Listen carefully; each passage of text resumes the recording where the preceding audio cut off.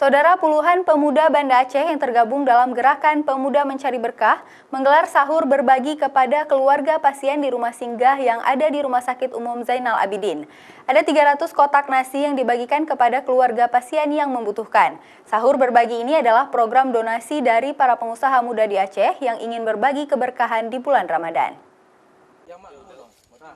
Sebanyak 300 paket nasi kotak dibagikan kepada keluarga pasien di rumah singgah yang ada di Rumah Sakit Umum Zainal Abidin, Banda Aceh, Rabu dini hari.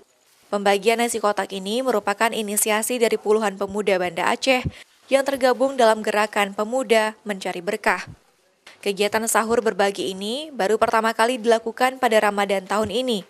Selama Ramadan ini, sudah 2 kali mereka berbagi makanan gratis, karena banyak relawan yang berinfak dan memberikan sumbangan untuk dibagikan kepada keluarga pasien di rumah sakit yang tidak sempat mencari makanan karena harus menunggu keluarganya yang sedang dirawat dan tidak bisa ditinggal.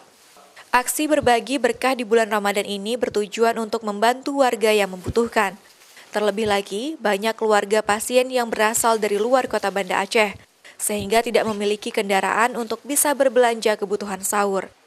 Pembagian nasi kotak ini sangat membantu mereka sehingga bisa sahur bersama.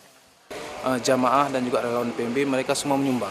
Jadi semua dana yang kita pesan untuk pembagian nasi sahur ini merupakan sumbangan ikhlas dari pribadi masing-masing.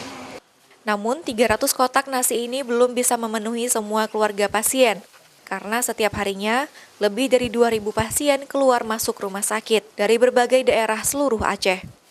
Mereka berharap adanya donatur yang mau menyumbangkan dana di kegiatan sahur berbagi ini, sehingga semua keluarga pasien bisa mendapatkan makanan.